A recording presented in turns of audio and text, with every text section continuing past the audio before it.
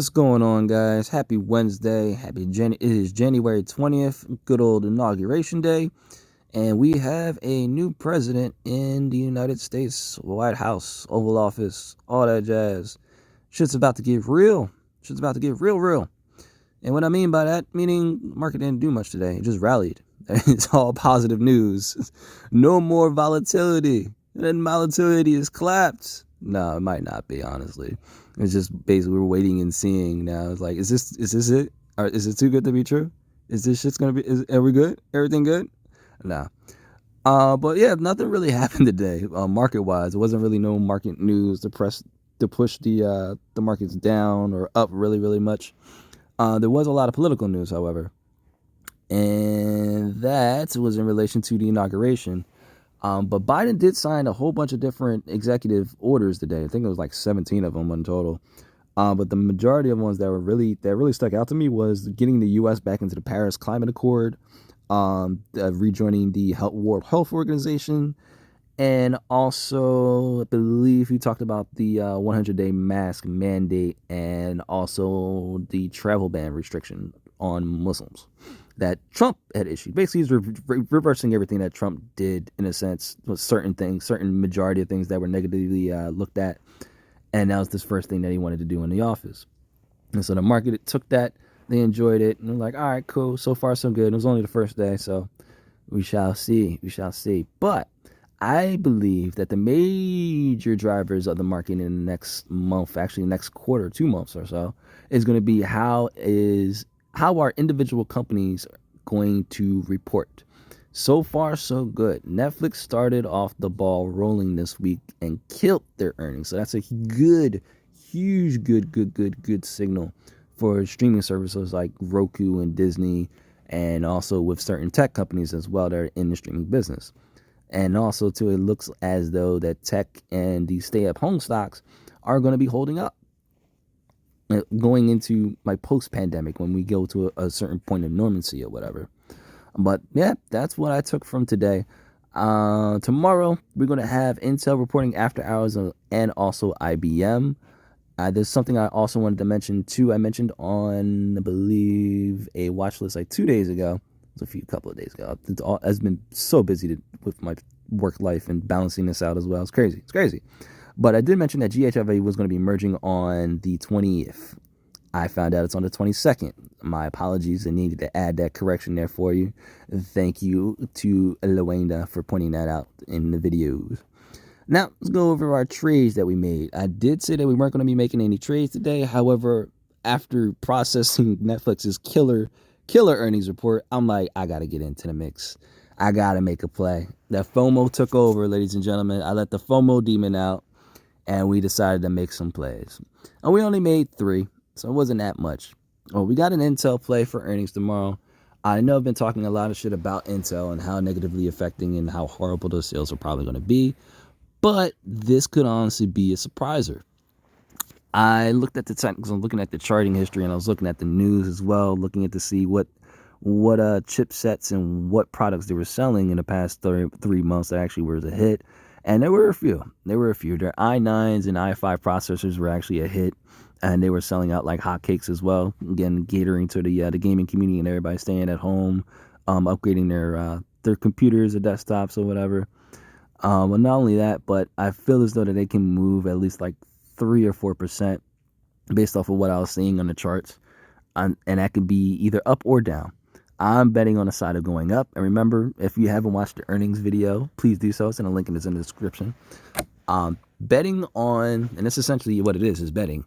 Playing earnings or playing a company that's going to be reporting the very next day is pretty much essentially betting. There's no sure way to find out if a stock is going to go for sure down or for sure up. You can do your whole bunch of tech analysis. You can make a good guesstimation, but you cannot know for sure. So it pretty much is essentially gambling. And when you're doing that, and this is especially catering, which my newbies will be listening to this, been very specific part. If you are going to be doing option trading, remember the amount that you put in for the option trade, you better be willing to lose that money. Once you make the trade, in your mind, you should already think, I lost that money. Reason being, it's a psychological thing. You're basically training yourself to not be attached to your money. If you're less attached to your money, you won't be sitting here checking it every single 5 to 10 seconds to see if like you made like a couple cents on the dollar. No, just set it and forget it. Let it go. Like this, we have time on this contract, expires on the 19th. It's close to the money on 62.50 straight. I'm cool with that. So after hours on Thursday, if it hits, it hits. And if it doesn't, fine. I'm going to hold the contract until it gets closer to that, or I can recover my losses. Plain as simple as that. And if it doesn't, I lost $83. And I'm fine with that. A lot of people are like, psh, man, you know what I can do with that money? And I hear you. Trust me, I work a 9-to-5 job. I get paid a measly 35 to 40 grand a year. And I'm doing this on the side. Like, come on now. All right, moving on. We have IBM is the next thing. And IBM, the reason why I picked IBM is because this is like, just like Intel, they're lagging against other tech companies. And I feel as though that IBM might be one of those sleepers. Shout out to the chat, to the cult and the chads for this play. And I believe that it can be actually a sleeper. The chads actually got the February ones. We got March. So we got the 150 strike for March 19th. We paid $75 a piece for them. The reason being that we got the 150 strikes because I wanted more time, and because of the fact that IBM is a slow mover, I feel as though that more time would be more beneficial in this case. So let's say if it dies, if it goes down and they report horribly, then that play is going to be scrapped. So that's about $150. So in total, we're betting about what, 320, 330 in total for these three plays all together, which isn't bad. I mean, all things considered, because we already have a significant amount of option plays that are already out there. And they're pretty much either a complement to another stock that is either their competitor or they're a beneficiary or benefactor rather, or they're just simply companies that we're just making random plays on. And that less is honestly more. And as you can see, I'm spreading myself way, way too thin.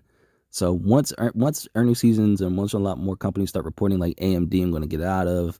IBM and Intel are going to be for tomorrow. Square is not until February. Walmart, I think, is not until February. Same with Disney. GHIV is on Friday. We're going to see how that is. Lulu is not until February or March. GameStop, and those expire in the 2022, and NVIDIA's in 2022. So those we're going to be holding indefinitely for like a year.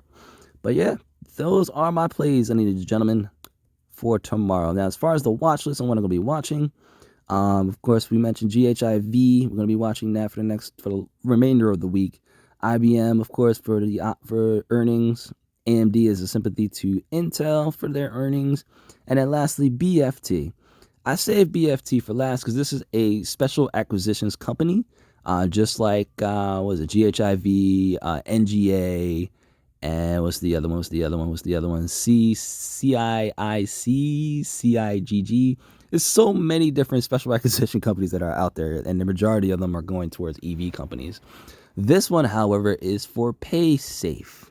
PaySafe, if you're unfamiliar with them, they are a payments processing company, a fintech company that specializes in retaining payments and processing payments for large companies. For example, the way I found out about PaySafe was making payments to my son's Robux account.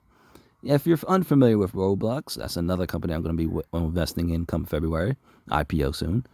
They are it's a video game company that basically just has a whole bunch of different you can make your own game. Other gamers or other players can play games that other creators made, and Robux Cash you pay for like different upgrades, power-ups, and different cosmetic things, and that's like their in-game currency, and Roblox is making a killing. However, PaySafe is the processor for those payments. And they don't just have Roblox. They're in a whole bunch of different companies. They're supported by Amazon. I believe there's a lot of different video companies, like developers, that they process payments on. And I've even seen them on a few retailers. So it's a pretty big company. And they're going through an IPO by merging with BFT, or Foley Trajamang. And so I'm going to be watching that. I'm going to be watching that very, very carefully. I was going to buy some, but I decided not to since I already made those 3 plays. But I'm just going to be keeping a solid eye on them and eventually making, maybe jumping into the mix. But that's all I have for you guys this evening. I hope you enjoyed. Hope you guys are doing well, and much love and peace, like chicken grease.